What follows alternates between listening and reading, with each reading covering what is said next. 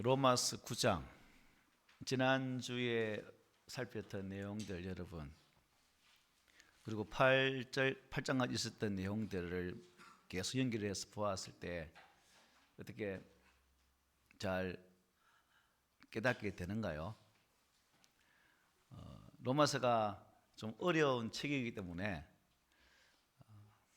주일날 설교 시간만 듣는 것이 아니라 집에 가셔서도 좀 본문을 가지고 한 번 더 계속해서 묵상한다면 조금 더 빠르게 하나님께서 깨달음의 은혜를 주실 줄 믿습니다. 그래서 주일 난 이것만 여러분 끝 하지 말고 집에 가셔서도 꼭 한번 되풀이해서 보는 그런 은혜가 있으면 좋겠습니다. 인류 역사상 이스라엘 백성들만큼 여러분 하나님의 특별한 사랑을 받은 민족이 없습니다. 무조건적인 은혜와 사랑으로 택함받은 이스라엘 백성. 지난주 말씀드릴 때 이스라엘 백성들이 받았던 특권이 몇 가지였죠? 8가지가 있었다라고 말씀을 드렸어요.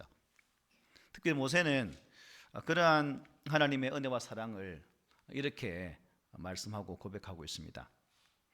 여호와께서 너희를 기뻐하시고 너희를 택하심은 너희가 다른 민족보다 수요가 많기 때문이 아니니라. 너희는 오히려 모든 민족 중에 가장 적으니라.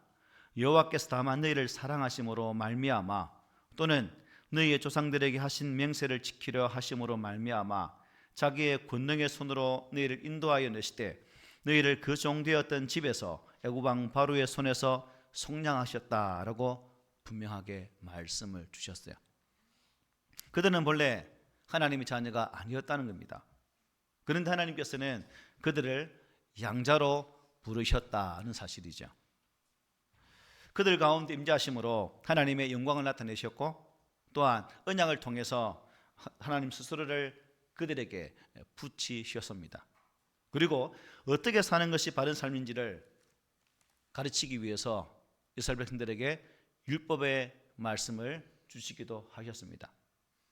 그리고 하나님을 예배할 수 있도록 하셨고 수없이 많은 축복들을 약속해 주셨고 또한 그들에게 믿음의 주성들까지 주셨다라고 말씀하셨죠. 나아가 그 혈통을 통해서 예수 그리스도를 오게 하시는, 예수가 그들의 혈통을 통해서 오게 되시는 그 특권을 그들에게 주셨다라고 지난주 시간을 통해서 말씀을 나누었습니다.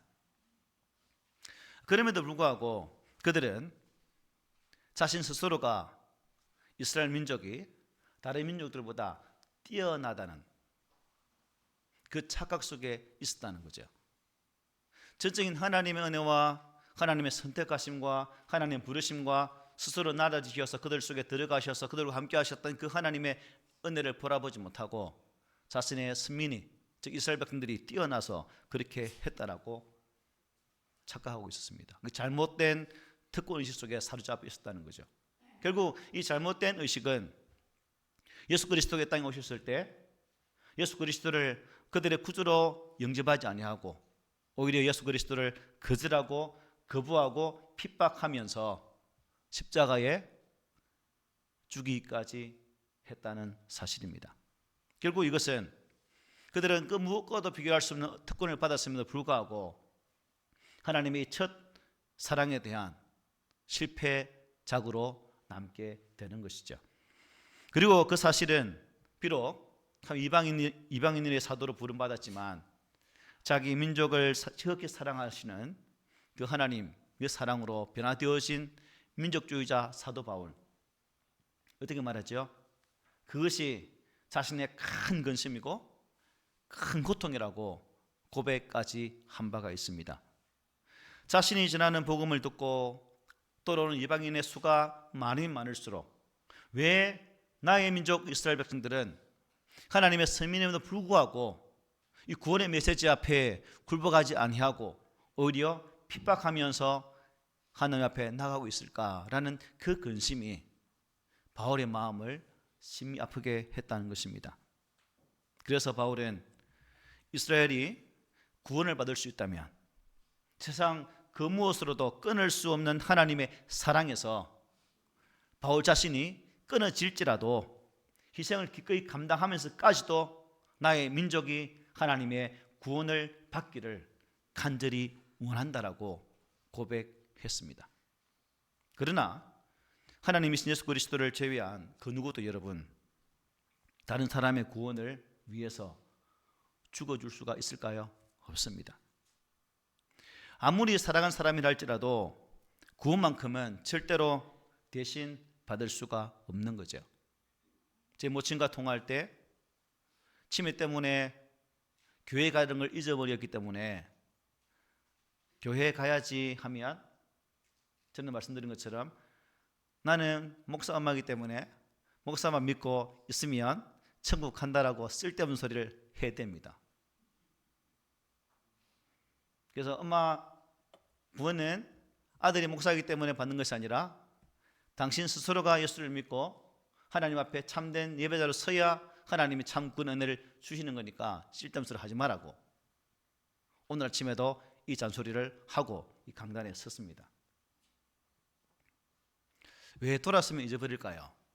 치매에 걸린 분들은. 그런 의미에서 저와 여러분들도 하나님의 사랑, 하나님의 은혜의 구원의 특권을 보면서 절대로 타인을 통해서 얻을 수 없는 이 은혜와 사랑을 받았음에도 불구하고 우리는 삶의 자리에서 자주 잊어버립니다. 이걸 저는 제 모친의 이름을 빗대어서 영적 치매라고 표현을 하고 싶습니다. 왜 그럴까요? 왜 잊어버릴까요? 잊어버리지 않을 수도 있습니다. 그냥 밖으로 표현되지 못할 뿐인 그런 분도 계시겠죠. 하지만 우리가 믿음의 삶을 살아가면서 참 이러한 사도 바울의 고백을 통해서 또 이러한 선포를 통해서 우리 자신을 돌아보고 더더욱 하나님의 구속하심 은혜 앞에 바로 서기까지 구원의 주님을 소망하는 그 믿음이 더 단단한 게 있어져야 될 줄 믿습니다. 자, 그렇다면 여기서 우리가 한마디 질문할 게 있겠죠. 자, 그렇게 많은 특권을 받았던 이스라엘 사람들이 왜 그들이 하나님을 알지 못하는데 하나님을 깨닫지 못하는데 하나님은 그러면 그들을 그 선민되었던 자리에서 그 특권의 자리에서 그 자리를 빼앗아 버릴까라는 의문이 생길 수 있겠죠. 왜? 말씀대로 안 사니까, 율법대로 살지 않으니까, 약속의 말씀 의지하지 않으니까. 그러면 저들의 특권을 빼앗아서 완전히 버리시는 것일까라는 질문을 할 수 있는 거죠. 그래서 오늘 본문의 제목이 탄생합니다. 자, 그렇다면 여러분들은 어떻게 생각합니까? 하나님의 계획이 취소되거나 폐지될 수 있다라고 생각하십니까? 내가 잘하면 우리가 잘해 그래 네 사랑할게. 내가 못하면 야 이놈 네가 주었던 거 다 뺏어버릴 거야. 이게 하나님이 그렇게 하실까요? 그런데 문제는 하나님의 구원, 하나님의 선택은 절대로 취소되거나 폐지되지 않는다는 사실을 알고 있음에도 불구하고 우리는 우리 스스로를 굴려 씌우기를 내가 못하면 혹 하나님께서 나에게 주신 은혜를 빼앗아가지 않을까라는 착각 속에 사는 분이 심하게 많다는 사실입니다. 이 문제 앞에 고민했던 바울은 오늘 본문을 통해서 우리에게 그 해답을 던져주고 있습니다. 먼저 6절 상반부죠. 그러나 하나님의 말씀이 폐하여진 것 같지 않도다. 그렇지는 않은 것 같아.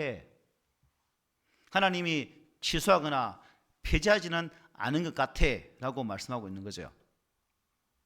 바울은 이스라엘의 구원의 문제에 대해서 실마리를 4절의 말씀에서 언약에 찾고 있습니다. 당시 갈대 우르에서 살고 있던 아브라함을 부르신 하나님께서는 이렇게 말씀하셨죠. 내가 너로 큰 민족을 이루고 내게 복을 주어 내 이름을 창대하게 하리니 너는 복이 될지라. 너를 축복하는 자에게는 내가 복을 내리고 너를 저주하는 자에게는 내가 저주하리니 땅의 모든 족속이 너로 말미암아 복을 얻을 것이라고 약속하셨죠. 아브라함과. 이 언약은 아브라함이 원한 것도 또 그의 후손들이 간절하게 구한 것도 아닙니다. 어디까지나 언약의 주체자이신 하나님께서 일방적으로 주셨다는 거예요. 어떻게 해요? 일방적으로. 자, 그러면 언약의 주체이신 하나님, 여러분 어떤 분이실까요? 이 하나님 어떤 분이실까? 여러분이 알고 있는 하나님 어떤 분이십니까? 인생이 아니신 하나님은 스스로 존재하시는 분이십니다. 그래서 모세에게 나타나신 하나님께서 뭐라 말씀하셨죠? 나는 스스로 있는 자니라고 말씀하셨어요. 그리고 이사야는 이렇게 고백합니다. 그런즉 너희가 하나님을 누구와 같다 하겠으며 무슨 형상을 그에게 비기겠느냐라고 말씀하셨습니다. 이 땅에 그 무엇도 스스로 계신 하나님과 비길 수 없다는 거죠. 또 하나님은 결코 변함이 없는 분이라는 사실을 성경은 증거합니다. 말라기를 통해서 주신 말씀은 뭡니까? 나 여호와는 변함이 없다라고 말씀하셨죠. 그리고 히브리서 기자는 이렇게 말합니다. 하나님은 약속을 기업으로 받는 자들에게 그 뜻이 변하지 아니함을 충분히 나타내시려고 그 일을 맹세로 보정하셨나니라고 말씀하죠. 여기 보정하신다니 스스로 서약한다.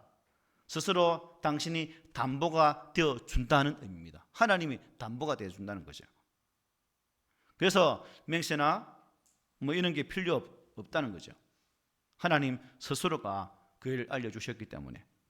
그리고 이것은 그리스도인들을 향한 하나님의 분명한 언약이기도 한다는 사실이죠. 우리를 위한 보증의 약속이 된다는 사실입니다. 그래서 하나님은 결코 변하지 않는다.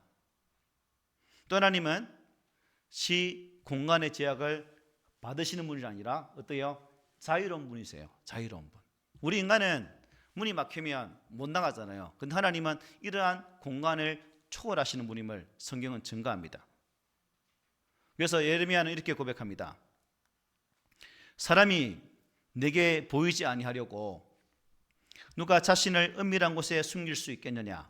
여호와가 말하노라 나는 천지에 충만하지 아니하냐라고 말씀하셨어요. 또 시인은 이렇게 노래합니다. 산이 생기기 전 땅과 세계도 주께서 조성하시기 전 곧 영원부터 영원까지 주는 하나님이시니다라고 고백을 했습니다. 세상에서 여러분 하나님께로부터 도망칠 수 있는 사람은 있다 없다? 아무도 없다는 거예요. 비록 사람들을 속일 수는 있겠지만 하나님은 속일 수 없다는 것입니다.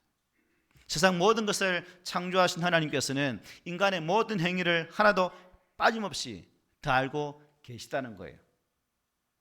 왜 그렇습니까? 모든 제한으로부터 자유로우신 분이시기 때문입니다.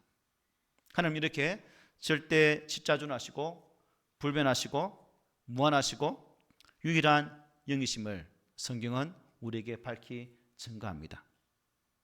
그러므로 피조된 우리 인간과는 본질적으로 완전히 다른 분인 것을 말씀하는 거죠. 그리고 모세는 이 하나님 대해서 이렇게 말합니다.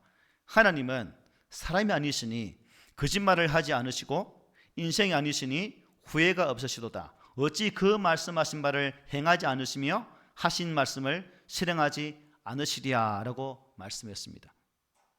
하나님은 진실하시다. 당신의 이름과 영광과 명예를 위해서 일을 하신다. 그리고 그분은 결코 거짓말하지 않으시는 분이다 라고 증거하죠. 그리고 아울러서 약속을 반드시 지키시는 분인 것을 말씀합니다. 그래서 하나님의 입에서 나온 말씀은 주님께서는 이렇게 말씀하셨어요. 진실로 너에게 이르노니 천지가 없어지기 전에는 율법의 1.1획도 결코 없어지지 아니하고 다 이루리라고 말씀하셨어요. 율법 몇 가지입니까? 율법이 몇 자죠? 30만 4,805자.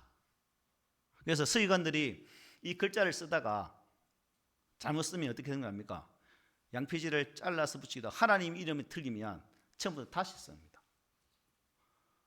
그 한자 한자의 의미를 두고 철두철미하게 하나님 말씀 앞에 서기를 원했던 그들의 모습을 볼 수 있는 거죠. 여기서 우리는 또다시 이런 질문을 할 수 있겠죠.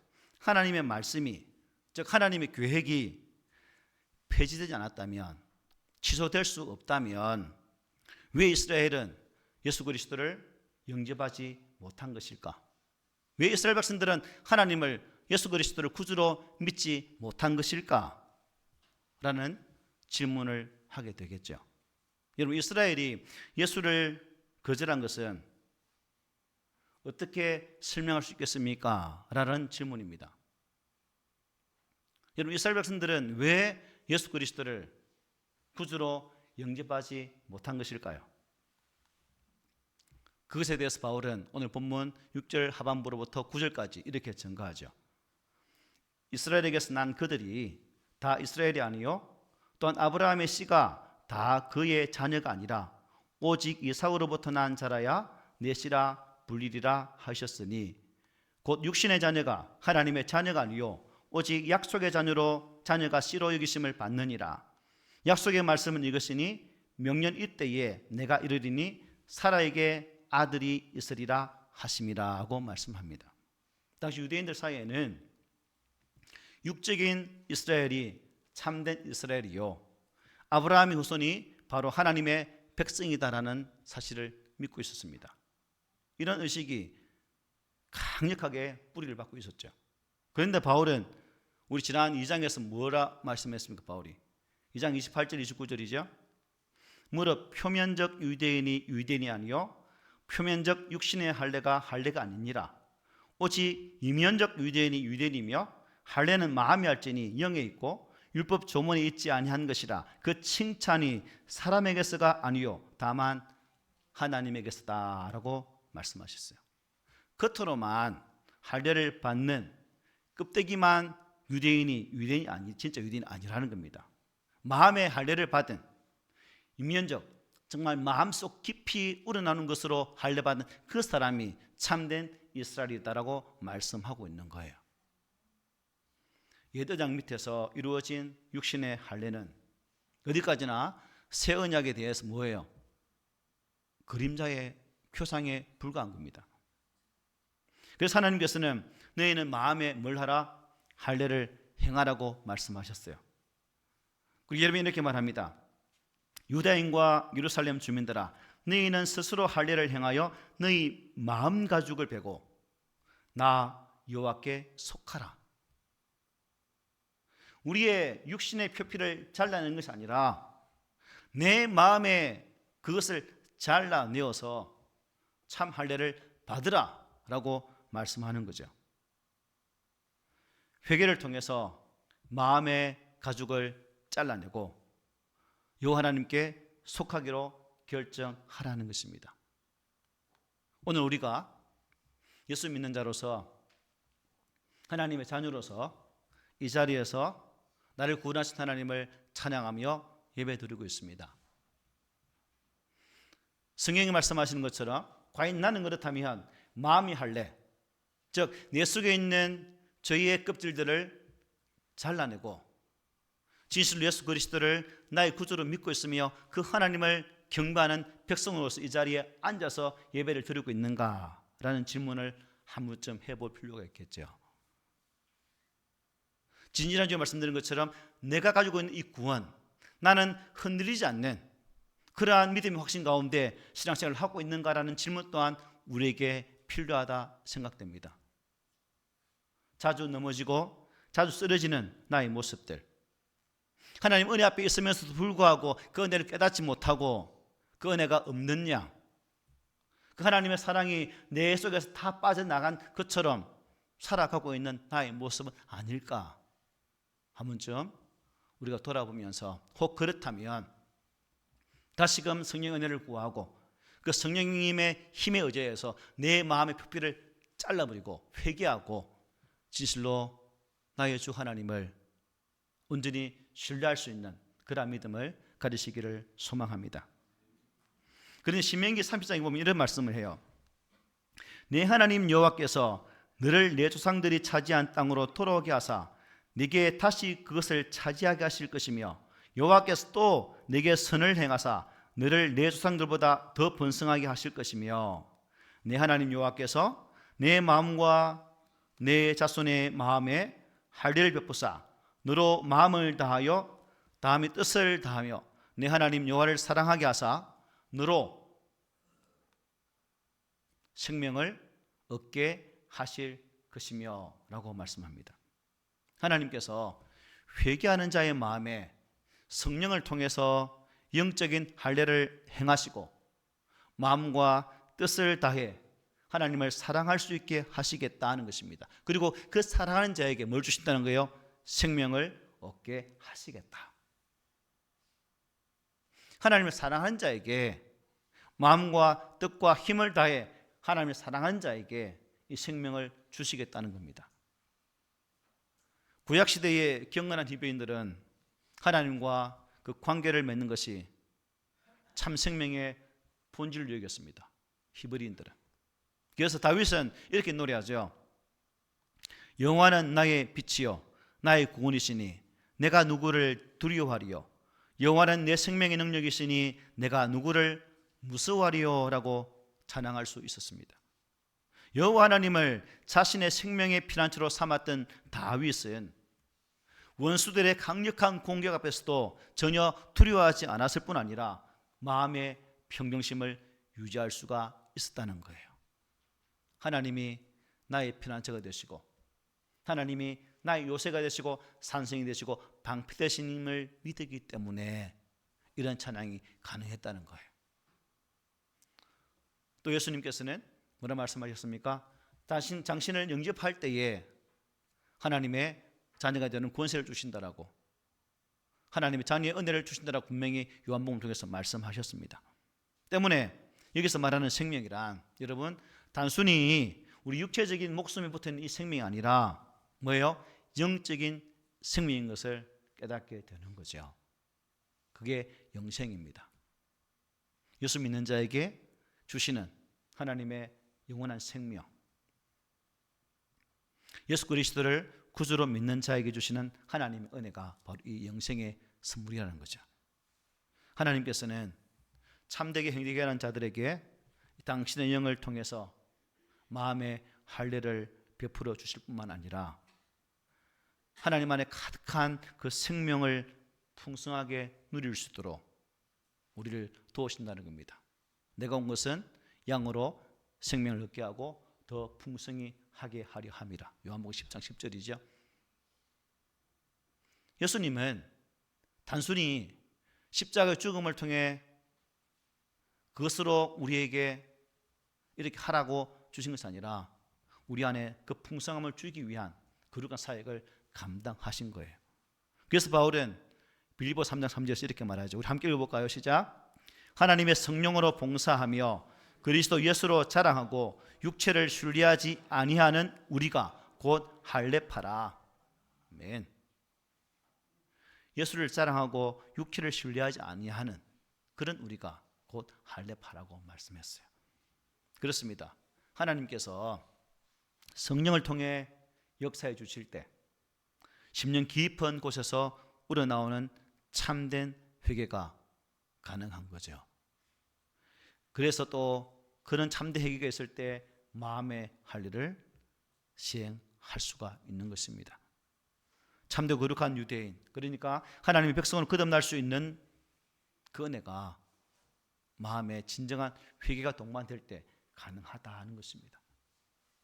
마음과 뜻과 성품을 다해서 하나님을 사랑할 수 있는 그 은혜가 우리 가운데 임하게 되는 것입니다. 여러분, 예수님을 믿으십니까? 예수님을 믿으시면서 진실로 내 안에 있는 연약함, 하나님을 신뢰하지 못했던 그러한 죄악들을 회개하셨습니까? 혹 그러한 작업이 없었다면 여러분 스스로 다시 무릎 꿇고 하나님, 나의 죄를 회개합니다. 나의 믿음 없음을 용서해 주시고 진실로 나를 하나님께서 원하시는 사람으로 만들어 주십시오라고 그 예수를 마음 다해 모셔드리는 우리 성도들이 되었으면 좋겠습니다. 참된 이스라엘은 껍데기만 아닙니다. 겉과 속이 하나님 보시기에 합당해야 된다는 것입니다. 겉만 번지르는 것이 아니라 우리의 내면이 성령의 생명으로 가득 찰 때 비로소 진정한 이스라엘 백성이 된다는 사실을 꼭 기억하시기를 바랍니다. 그래서 이방인들 가운데도 성령으로 거듭난 하나님의 백성들을 바라보았던 사도 바울, 유대인들은 이방인들을 어떻게 생각했습니까? 사람 취급 안 했습니다. 그런데 복음이 전해졌을 때 이방인들도 주께로 돌아오는 그 모습을 보았던 사도 바울은 이렇게 고백하죠. 이는 그리스도 예수 안에서 아브라함의 복이 이방인에게 미치게 하고 또 우리로 하여금 믿음으로 말미암아 성령의 약속을 받게 하려 함이라. 아멘. 우리로 하여금 믿음으로 말미암아 성령의 약속을 받게 하려 함이라. 복음을 믿고 듣고 순종하는 사람들로 구성되어진 새 이스라엘, 그러니까 약속의 자녀들은 인종과 신분 구별 없이 누구나 참된 이스라엘이 될 수가 있다는 사실입니다. 참 이스라엘은 하나님에 의해서 영적으로 거듭난 사람, 곧 새롭게 태어난 사람을 가리킵니다. 그래서 중생을 뭐라 합니까? born again, 다시 태어난다. 다시 태어나셨습니까? 다시 태어나셨어요? 그리고 그것은 우리가 복음을 통해 이삭을 통해서 확인할 수가 있습니다. 하나님께서 아브라함을 통해 첫째로 누굴 주셨죠? 이스마엘을 주셨습니다.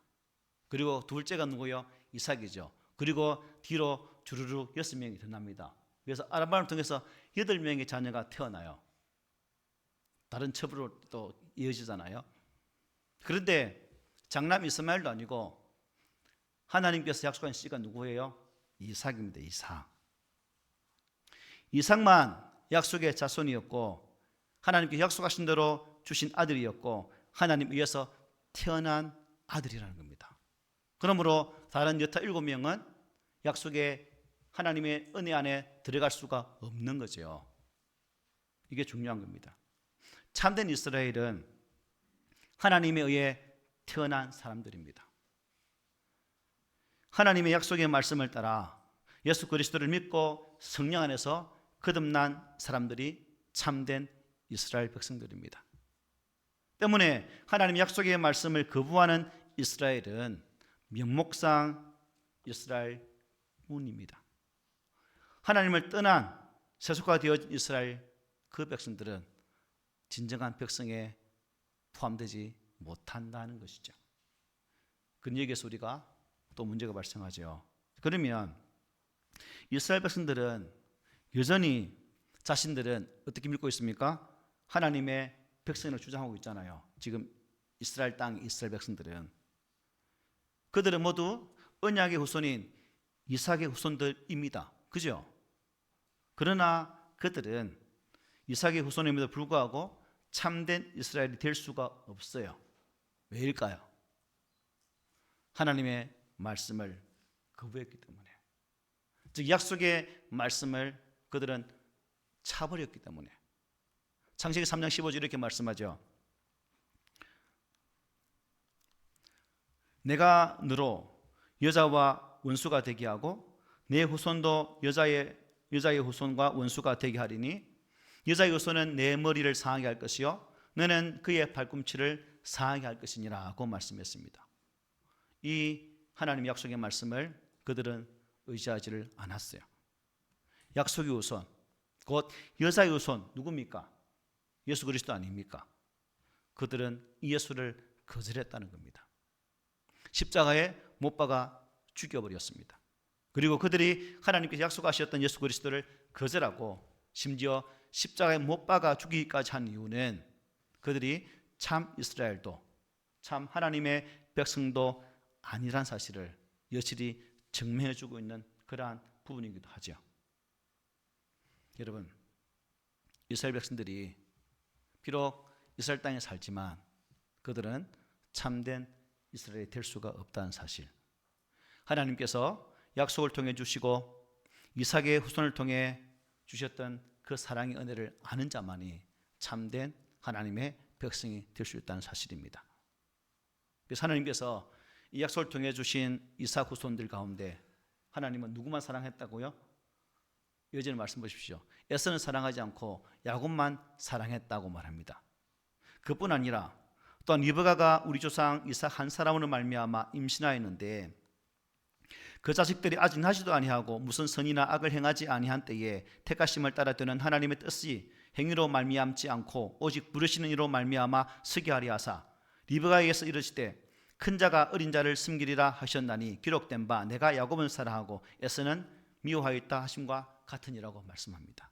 하나님께서 에서를 미워하셨다는 것은 야곱에 대한 사랑에 비해서 그렇게 보였다는 것뿐이지 실제로 에서를 미워했다는 뜻은 아니에요.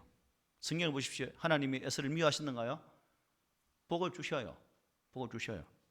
다만 야곱에게 당신의 사랑을 쏟아붓기로 그를 하나님의 도구로 쓰시기로 그 후손을 통해서 메시아를 보내시기로 선택하셨다는 겁니다. 선택. 누구도 침범할 수 없는 하나님의 절대적인 주권에 따라서 그렇게 하시기로 결정하셨다는 거예요. 다음 시간에 보게 되겠지만 이러한 하나님의 주권, 하나님의 선택에 대해서 사도 바울은 토기장의 예를 빌어서 우리에게 말씀을 해요. 그렇습니다. 하나님께서는 당신의 절대적인 주권에 따라 저와 여러분들을 불러주셨습니다. 믿습니까? 여러분이 하나님의 부르심 가운데 이 자리에 앉아있다는 거예요. 믿으십니까? 다른 보혜사로 오신 성령께서 우리 마음에 감동을 주셨고 그 감동하심이 예수 그리스도를 구주로 믿게 하셨다는 거예요. 때문에 우리의 구원에 대해서 내가 하나님 자녀가 되었다는 사실에 대해서 우리는 교만할 이유가 전혀 없는 거죠. 이 사실에 대해서 우리는 오직 감사와 찬양과 영광을 돌릴 뿐입니다. 여러분, 하나님께서 이스라엘을 당신의 특별하고 유일한 소유로 제사장 나라로 거룩한 백성이라는 특별한 관계를 맺기 위해서 그들을 선택하여 주셨습니다. 그리고 그렇게 이스라엘을 선택하신 하나님께서는 이렇게 말씀하셨습니다. 나는 은혜 베풀 자에게 은혜를 베풀고 긍휼히 여길 자에게 긍휼을 베푸느니라. 아멘. 세상 어느 누구 그 의지나 여건 그런 것에 얽매이지 않고 전적인 하나님 당신의 의지에 따라서 그렇게 하신다. 은혜와 긍휼을 베풀어 주신다라고 말씀하셨습니다. 창조주이시고 오직 선을 위해서 일하시는 하나님의 권한은 더더욱 그렇습니다. 그런데 그 하나님께서 이스라엘을 구원하시기로 결정하셨어요. 그렇기 때문에 이스라엘이 잠시 실패하고 넘어졌을지라도 하나님은 그들을 포기하였습니까? 절대로 포기하지 않으셨죠. 하나님의 사람들을 보내시고 그 보내심을 통해서 그들이 아버지께로 돌아오기를 간절히 원하셨습니다. 이스라엘 백성들이 죽이고 또 죽이고 할지라도 하나님 계속 말씀의 사역자를 보내셨고 그들을 향해 하나님의 사랑을 끈질기게 증가하셨습니다.